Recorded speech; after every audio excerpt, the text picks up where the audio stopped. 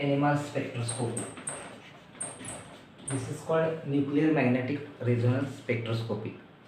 The points to be covered in the topic: what is the basis of NMR spectroscopy, the spinning behavior of electrons, protons and neutrons, mechanism of the spectroscopy, chemical sheet means what, spin-spin coupling, some examples of uh, NMR spectrum with respect to the special example methyl alcohol and ethyl alcohol, instrumentation of NMR spectroscopy which covers working of NMR spectroscopy, and lastly applications of NMR spectroscopy.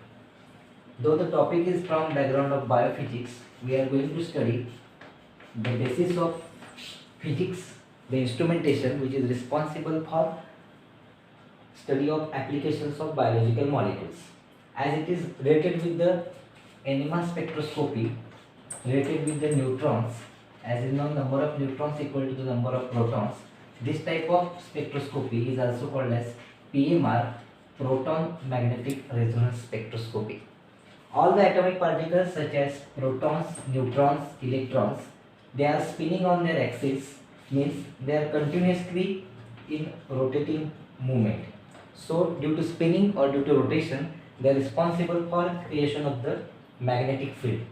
If they are present in presence of magnetic field, there is one type of motion, and if the electromagnetic radiation is supplied perpendicular to the applied magnetic field, then there is change in the motion.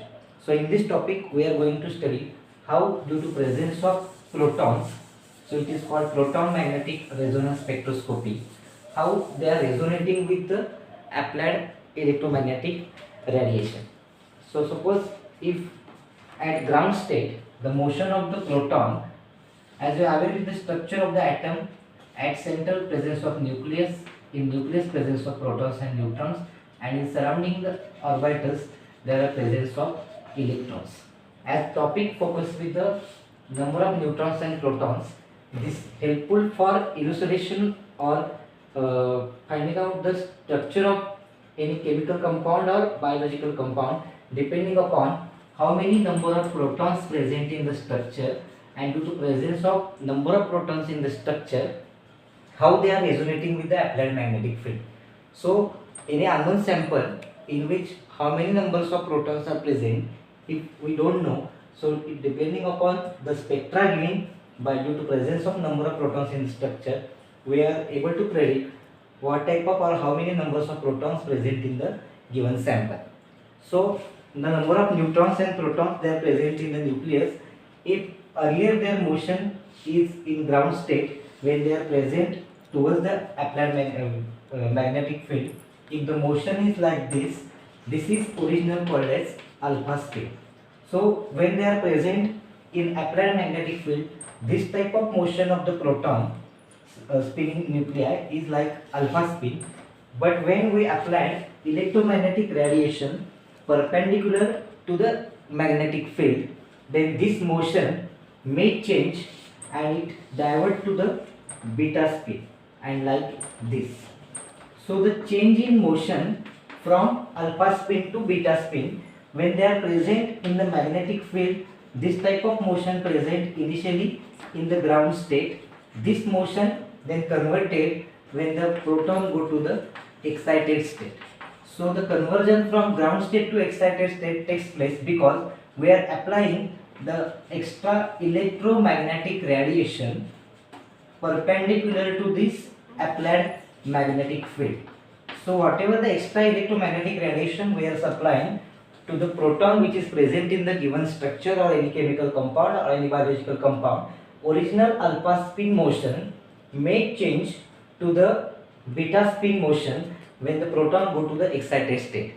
They are not long lasting for this beta spin, again come to the original alpha spin by losing the radiation which is absorbed depending upon the number of protons present in the structure.